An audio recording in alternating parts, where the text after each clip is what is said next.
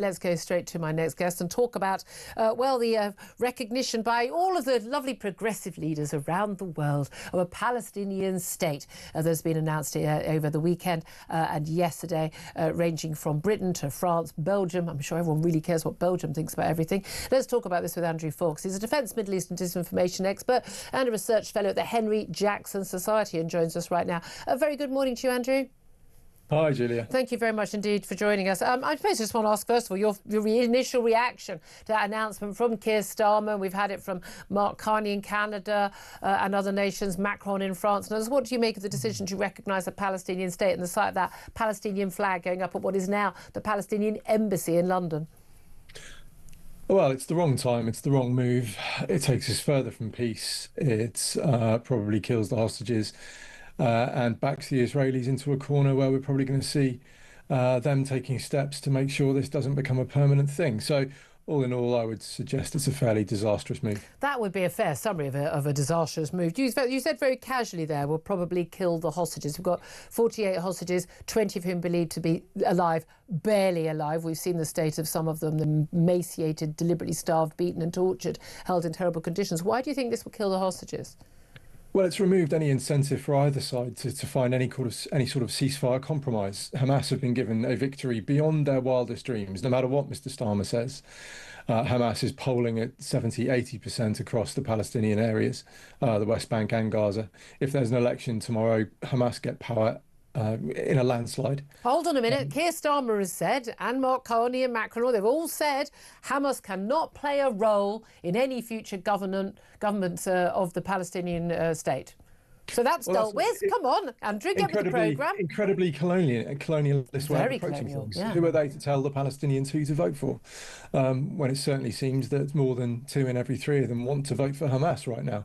And that will only go up, I suspect, as we see the fruits of 7th of October, the massacre, rape and torture of Jews being rewarded on the international stage. So Hamas have absolutely no reason to agree to a ceasefire. They're getting everything they want without having to make a single concession. No, indeed. Then on the other side, Israel is now backed into a corner. Why do you say that? What's changed for them? Because Israel's essentially entirely reliant now on Washington for their international security. There is one seat on the UN Security Council that will veto any proposals against them, and that is the United States. However, polling amongst Democrat voters in the United States, support for Israel is now 6%. Which means Israel is now one presidential election away from having the entirety of the UN Security Council lined up against them. And so they have a 3-year window now to make whatever moves they need to make sure the state of Israel's security and future is prioritised. And that means having to destroy as much of Hamas as they can, which unfortunately precludes a ceasefire, which means the hostages are at significant risk. Yeah, and we know going into Gaza City is largely where they think the hostages are being held in tunnels, booby-trapped with explosive devices, if any chance of a rescue comes close. Now, I know you've been in Israel a lot, and I know you've been in Gaza as well. You travelled out with the Gaza Humanitarian Foundation and food sort of deliveries, I think, twice. And you've seen also, you've had access, more than vast majority of people, to the full footage of the absolute horrors of what happened on October the 7th. And I've heard you talk about that in very emotional terms. Israel is being painted as the baddie in this situation. Whenever I talk about them, and you, and I see what you write online, we're just shills for Israel. I mean, we're obviously being paid by them. I'm just waiting for my £1 million check every week to say what I say, obviously. I mean, this is nonsense that people say. But how is it that Israel has managed to be painted as the baddie in this situation when they, on October the 7th, were quite clearly the victims? And you've written extensively on the evidence that we do have, largely from the Hamas run health ministry in Gaza, that the rate of the ratio of combatant and non-combatant deaths is in terms of civilian deaths is the lowest of pretty much any war ever fought in human history. How is it that Israel has been managed to be painted as the wrongdoers in this scenario when they were the victims of a horrific massacre? Well, there's two factors to this. First of all, Israel hasn't managed the information war particularly well. And secondly, Hamas have managed it incredibly well, mainly because they have billions in state sponsorship from a number of malign actors around the world who have thrown their... So we're looking at Iran, Pakistan, Qatar, Russia. They've thrown their bot armies online to boost and amplify Hamas's messaging. And then, of course, we have Al Jazeera, who have multiple air quotes journalists on the ground in Gaza who are happy to repeat pretty much everything Hamas want them to say. The Israeli mismanagement, I don't think they've really shown the world October the 7th. I speak to so many people who just don't understand how horrendous it was. And the details are so bad I couldn't even tell you now because it would get you in trouble with regulators. That's how graphically horrific what Hamas did. And you've been in war. You fought yourself. You know what war looks like. Oh, nothing I saw in Afghanistan on 3 tours comes remotely close to what Hamas did on 7th of October.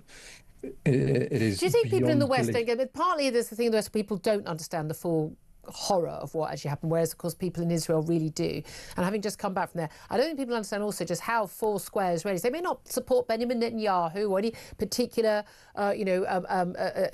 military activity, but they are so four square behind the urge to get the hostages home and to make their country safe.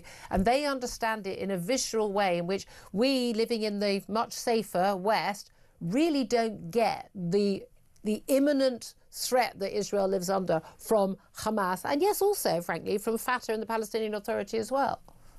Yeah, absolutely. And I think a lot of people don't understand that the gentleman that Keir Starmer was shaking hands with just a week or so ago, Abu Mazen or Mahmoud Abbas, depending on which name you want to use, has a PhD in Holocaust denial.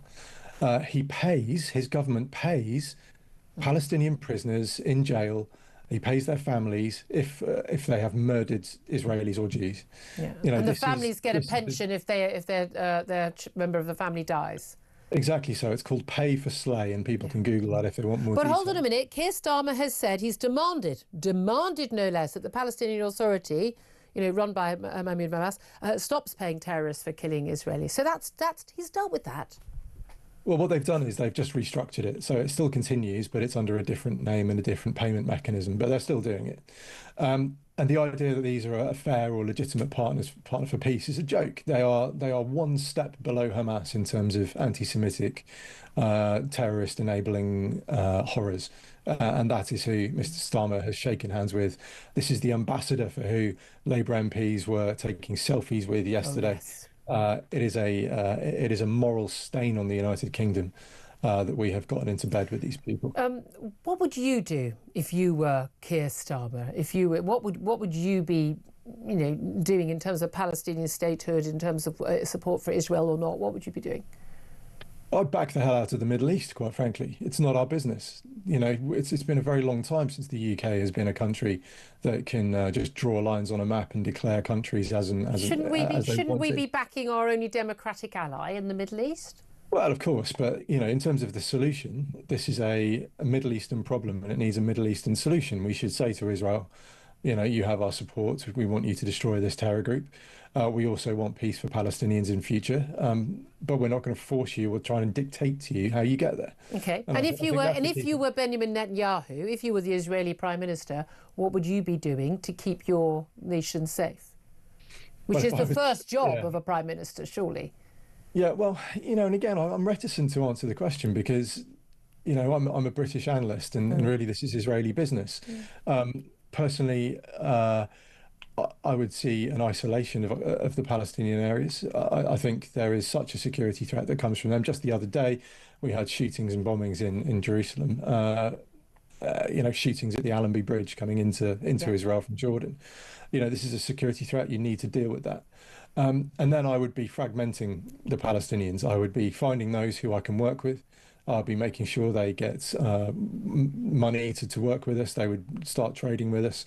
And then hopefully people would see the benefits of making peace with Israel. But that can only be done incrementally and, a very, very long process over years to show people the advantages of peace and coexistence. Well, as countries like Jordan, Egypt and others have seen, and again, the large percentage of Arab Israelis who also live in peace and in Israel. Fascinating to talk to you. How do you think this is all going to end? I mean, Donald Trump's going to make a speech at the UN a little bit later today. What do you think he's going to say? I think Trump will skirt it. I think he's very keen to be a peacemaker. He's been very keen to let the Israelis get on with stuff. He's backed away from all the interference Biden had over the last 2 years. Yep. I think the key decision point on how this ends will be what Israel does next. They are backed into this diplomatic corner. Do they double down or do they fold? And that's going to be really interesting. And we might see those steps towards annexation in the West Bank to make a Palestinian state impossible in future. Yeah. Or they could agree to a Palestinian state and offer land, and as they've done it's been offered 4 different times, and Palestinian authorities and representatives will say no, and then Israel can be blamed yet again, which is basically what happens that's the reality, that's the history. Andrew Fox, always so good to get your perspective.